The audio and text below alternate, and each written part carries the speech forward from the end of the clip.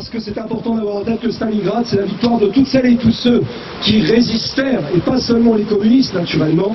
Mais quant à Georges, il va prendre la parole, bien sûr, en tant que responsable national du pôle de renaissance communiste en France. Je vous remercie beaucoup de lui réserver l'accueil comme il se doit, puisqu'il vient en plus du nord de la France, aussi du Pas-de-Calais pour être précis. Merci beaucoup. La parole est à toi, Georges. Chers camarades, amis, chers hôtes étrangers, bravant la russophobie et l'antisoviétisme à retardement, nous sommes là pour honorer les combattants de Stalingrad qui, au prix des plus lourds sacrifices, infligèrent à la Wehrmacht soi-disant invincible une défaite stratégique.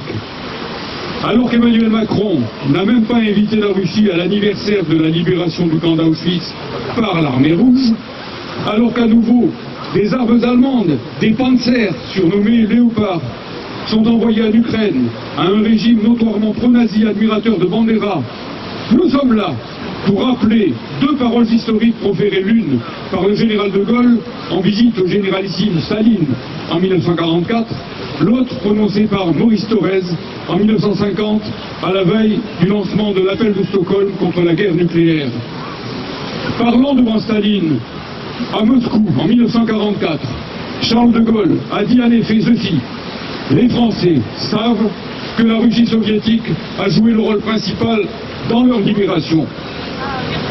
Nous sommes heureux de voir qu'aujourd'hui d'ailleurs, le petit-fils de Charles de Gaulle, Pierre de Gaulle, est à nouveau à Moscou pour réaffirmer que la défense de la paix mondiale et la cause de l'indépendance nationale de la France ne font qu'un face à l'alliance mortifère de l'Union européenne, de l'OTAN et des néo-nazis de Kiev. Nous rappelons aussi avec force la parole de Maurice Thorez au cœur de la première guerre froide, qui faisant suite au criminel bombardement d'Hiroshima et de Nagasaki, qui faillit mener l'humanité aux portes de l'anéantissement à l'instigation de l'impérialisme des USA, a proféré la phrase suivante: le peuple de France ne fera pas, le peuple de France ne fera jamais la guerre à l'Union soviétique. Et nous appliquons à la situation française, actuelle.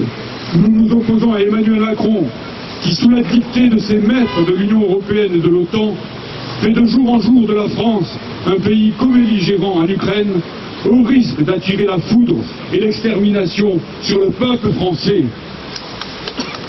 Car notre rassemblement, amis et camarades, est avant tout tourné vers l'avenir et le présent le plus prudent.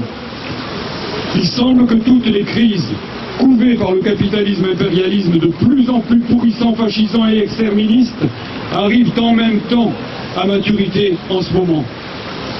La crise du modèle social issu du CNR est étroitement associée à la victoire de Stalingrad et que veut anéantir Macron sous la dictée de l'Union européenne.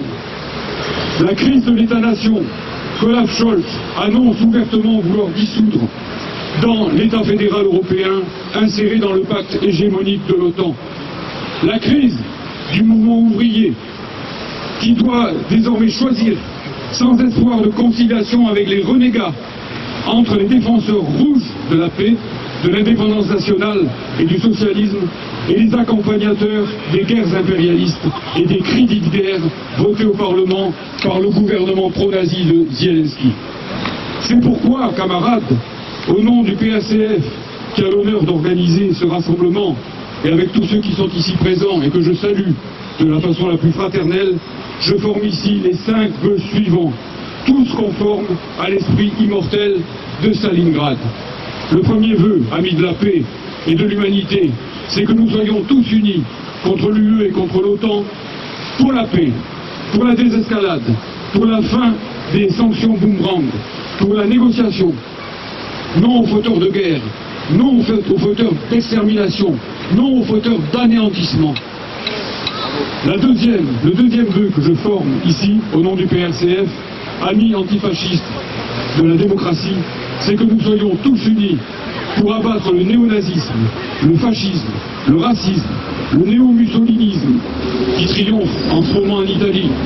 Et pour cela, que nous combattions tous ensemble la russophobie, la xénophobie, l'anticommunisme et l'antisoviétisme à retardement qui sont les facteurs les plus fondamentaux de cette renaissance du fascisme dans toute l'Europe.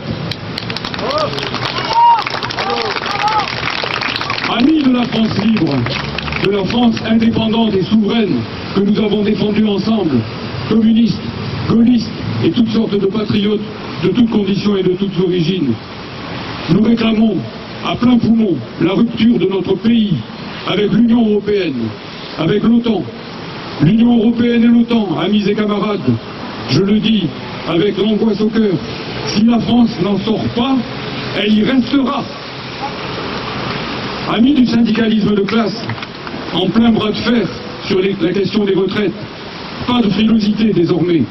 La casse des retraites dictée par l'Union européenne est inséparable de la course aux armements ruineuse qui nous mène tous à la mort et qui nous mène aussi à la ruine du pays. L'argent pour les salaires, pas pour la guerre. L'argent pour les salaires, pas pour la guerre. L'argent pour les salaires, pas pour la guerre. L'argent pour les salaires, pas pour la guerre. L'argent pour les salaires, pas pour la guerre. L'argent pour les pensions, pas pour les marchands de canons. L'argent pour les pensions, pas pour les marchands de canons. L'argent pour les pensions, pas pour les marchands de canons. Amis de la Renaissance communiste, quelle que soit votre organisation, le temps est venu de nous unir plus solidement, plus étroitement, pour reconstruire, c'est urgent, le parti de combat, le parti de lutte pour le socialisme. Et pour cela, n'hésitons pas à dire ensemble qu'il faut rompre avec l'euro, qu'il faut rompre avec l'UE, qu'il faut rompre avec l'OTAN, qu'il faut rompre avec le capitalisme, rompre aussi avec tous les renégats qui votent les crédits de mort au Parlement. Plus que jamais, camarades, amis, compagnons, citoyens, réaffirmons ensemble.